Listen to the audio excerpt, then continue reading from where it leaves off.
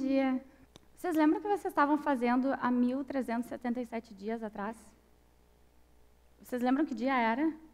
Se vocês fizerem uma forcinha, assim, não vão lembrar, né? Eu lembro bem. Há 1.377 dias, era dia 24 de janeiro de 2011, e nessa data eu tinha 23 anos, eu estava estudando arquitetura, e eu tinha acabado de voltar de um intercâmbio na Europa. Naquele momento, as minhas preocupações eram passar de semestre, fazer festa, ser bonita e decidir com quem que eu ia sair no final de semana. Se ia ser com o Rodrigo, se ia ser com o Henrique, com quem que eu ia sair. Aquele final de semana, eu tinha ido passar, dia 24 de janeiro de 2011, foi uma segunda-feira. Eu tinha passado o final de semana na praia com as minhas amigas e eu queria ter voltado na segunda-feira. Mas a minha família insistiu para eu voltar no domingo e segunda-feira procurar um médico. Eu tinha sentido um carocinho no pescoço e com certeza não era nada, era bobagem, mas a minha família insistiu tanto que eu resolvi ceder e vou no médico, ok. E aí eu cheguei no consultório do médico, ele apalpou meu pescoço, voltou para a cadeira dele e me olhou bem nos olhos e disse, é câncer. Eu tinha 23 anos, estava fazendo arquitetura, tinha um cabelão lindo, esvoaçante, batendo nas costas e tinha câncer. Só quem já recebeu um diagnóstico desses sabe a sensação que é ouvir essas palavras. Eu estava muito mais nervosa do que eu estou agora. Eu parei de sentir meus braços, eu parei de sentir meu nariz, era como se eu tivesse um buraco no meio do rosto, e o meu coração, cada vez que ele pulsava, parecia que eu tinha uma pedra de gelo no peito, assim. Era tipo aquela cena da Alice caindo no buraco da Toca do Coelho, sabe? Aquela queda livre, assim, tu não sabe o que vai acontecer. Em um segundo, eu era eu tinha a minha vida, eu estava estudando para me formar, a minha preocupação era com quem que eu ia sair no final de semana, e no segundo seguinte, eu já não sabia mais.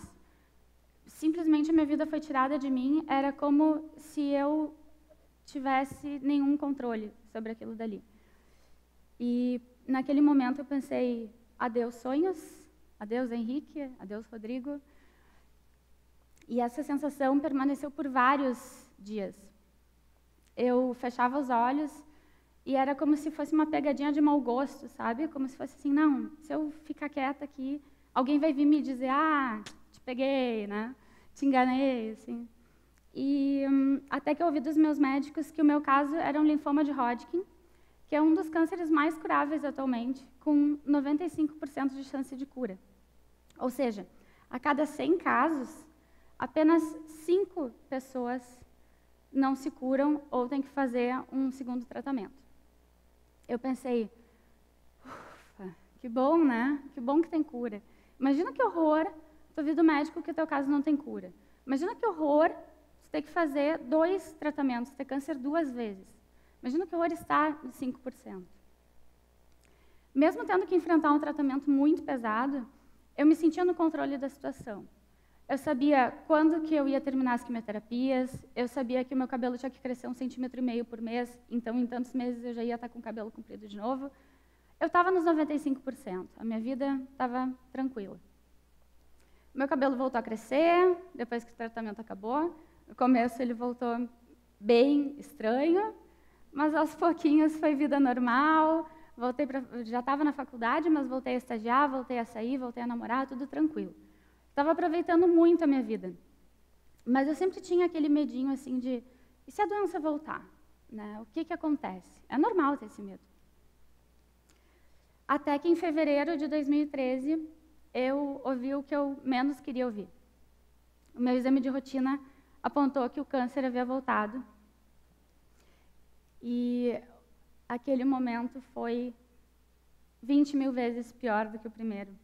Porque daí eu me dei conta que eu estava nos 5%. A sensação de... Eu me senti traída pelos meus médicos, eu me senti traída pelo meu corpo, talvez a primeira coisa que eu tenha pensado tenha sido coitada de mim. Não, eu vou morrer, mas coitada de mim. Pena é o pior sentimento do mundo, porque a gente só sente pena de quem a gente considera desgraçado, de quem a gente considera injustiçado, infeliz. Naquele momento, a visão que eu tinha das pessoas que estavam nos 5% é que elas eram umas coitadas. Eu tinha muita pena de quem estava nos 5%. Eu não queria, eu via que na minha cabeça, as pessoas nos 5% eram infelizes. E eu não queria ser infeliz. Eu queria ser arquiteta, eu queria fazer festa, eu queria viajar, eu queria ser, sei lá, rica, bonita, famosa, qualquer coisa, menos ter câncer e ser infeliz. Mas eu não tinha escolha. A doença estava ali, eu ia ter que encarar aquilo dali, querendo ou não. Não era uma coisa que eu poderia lidar. E aí eu entendi que eu tinha duas opções. Ou eu me recusava a fazer um segundo tratamento e ia morrer de câncer dali a alguns meses, ou eu aceitava o desafio e tinha uma chance de estar viva. Era arriscado, mas eu tinha uma chance. Enquanto eu estava triste, enquanto eu estava sem aceitar a minha situação, todo mundo ao meu redor ficou triste. Porque ninguém ousava ser feliz perto de mim enquanto eu estava triste. Como é que alguém ia me contar uma coisa boa? Como é que algum amigo ia dividir uma alegria sabendo que eu tinha câncer, estava infeliz e ia morrer? Não existia isso, né? Não tinha como. Os jantares da minha família mais pareciam um velório. Ninguém falava. A gente ficava quieto, todo mundo com cara de triste. E foi então que eu comecei a me dar conta que se eu tinha tanto medo assim de morrer, por que eu não estava aproveitando o meu tempo, né? Se eu realmente estava com os dias contados, eu vou morrer daqui a pouco, então o que eu estava fazendo com o meu tempo ficando triste? Não fazia sentido ter tanto medo de morrer e não aproveitar a minha vida. E foi então que eu entendi que o câncer não é uma escolha, mas o bom humor é.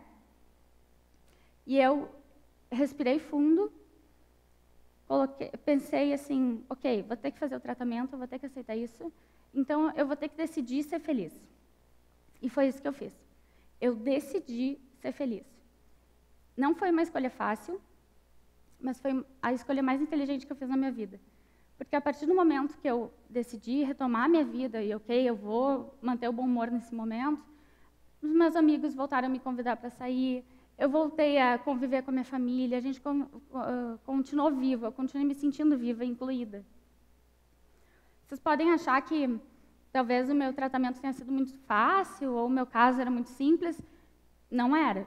Foi bem difícil e eu sabia a gravidade do meu caso. Eu sabia que um transplante de medula atualmente não chega a 80% de chance de cura. Mas eu resolvi colocar o câncer no lugar dele. Eu falei assim, beleza, vou ter que abrir um espaço na minha agenda para ti, vou ter que te deixar ocupar um período da minha vida, mas a vida é minha. A vida continua sendo minha. Eu tive que fazer 4 quimioterapias muito fortes, eu tive que me despedir do meu cabelo pela segunda vez, e além disso, eu estava me preparando para o transplante de medula óssea, que era uma coisa completamente obscura para mim, eu não fazia ideia o que ia acontecer, e se não bastasse, ao mesmo tempo eu estava fazendo meu trabalho de conclusão da faculdade de arquitetura, o que por si só já seria muita coisa. Então foi um período que eu tive que aprender que eu não tinha controle sobre o futuro. Eu não sabia se eu ia conseguir me formar, eu não sabia se eu ia conseguir sobreviver ao câncer, eu não sabia como ia ser o tratamento. E aí eu entendi que não adiantava eu me estressar com isso. Eu não tinha nenhum controle sobre essa situação. Um dia eu estava nas redes sociais e eu vi que um amigo de um amigo tinha morrido. E eu fui olhar, aquela curiosidade que todo mundo tem, né? Ué, morreu do quê? E aí eu fui olhar, e ele tinha 26 anos, e ele morreu num assalto. Ele tinha a mesma idade que eu, e ele morreu num assalto. E aí eu fiquei pensando, cara, como assim? Num minuto ele estava ali vivo, estava, sei lá, curtindo sua vida, e no minuto seguinte o cara morreu, com a minha idade, que absurdo. Daí eu parei para pensar, o que ele falaria se ele soubesse do meu caso? Se ele tivesse ouvido a minha história, se porventura alguém compartilhou, o que ele falaria para mim?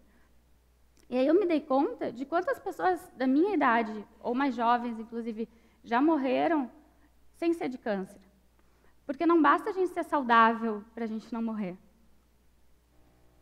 E aí eu entendi que a única coisa que a gente mantém sob controle é a ilusão de que a gente tem controle sobre alguma coisa. Né? Ninguém tem garantia. A gente só tem a vida hoje, só hoje. Amanhã a gente já não sabe. Na verdade, daqui a 2 segundos a gente já não sabe o que vai acontecer.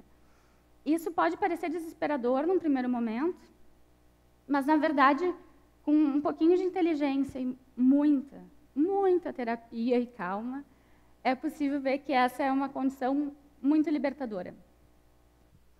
Eu não sabia se eu ia conseguir terminar a minha faculdade. Eu não só terminei a faculdade, como eu tirei a nota máxima no meu projeto final e consegui participar da cerimônia de formatura, de peruca, de maquiagem, sem o câncer estar no palco comigo. Sem pretensão nenhuma, eu resolvi criar um blog para dividir o que eu tinha aprendido em relação ao câncer. E no começo, a minha ideia era mais dividir dicas de beleza, de maquiagem, como na foto, como amarrar um lenço e tal. Mas, aos poucos, eu fui vendo que as pessoas tinham curiosidade para saber como é que eu lidava com o câncer. Né? Elas não queriam só as dicas, elas queriam saber assim, tá, tu tivesse câncer 2 vezes, e como é que tu tá aí, feliz, faceira, isso é de verdade? Tu não tá mentindo, tu não tá enganando as pessoas? E, aos poucos, o que começou como uma brincadeira, como um passatempo, se transformou em profissão. Hoje, meu trabalho é esse. Eu ajudo as pessoas que foram diagnosticadas com câncer a entenderem que o câncer é uma doença. É uma doença muito difícil, mas é uma doença. Não é um castigo, não é uma sentença. Eu escrevo blog, eu dou palestras, eu criei um projeto chamado Projeto Camaleão, para levar uma feira de beleza para pacientes com câncer, para elas poderem se experimentar nessa nova fase e realmente brincar de camaleão. Como um animal que se adapta à situação que ele está para poder continuar vivo. Esse trabalho,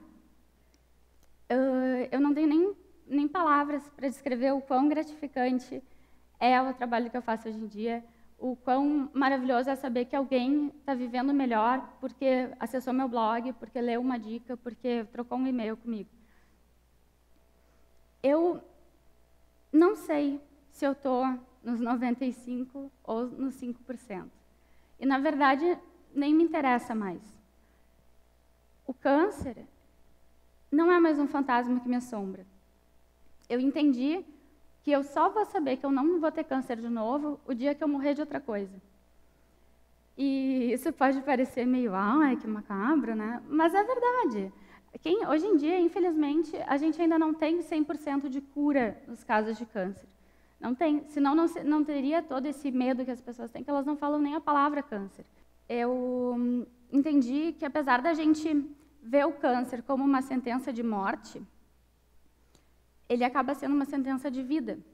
Porque antes de ter câncer, eu nunca tinha parado para pensar que um dia eu vou morrer. Vocês já pensaram em morrer?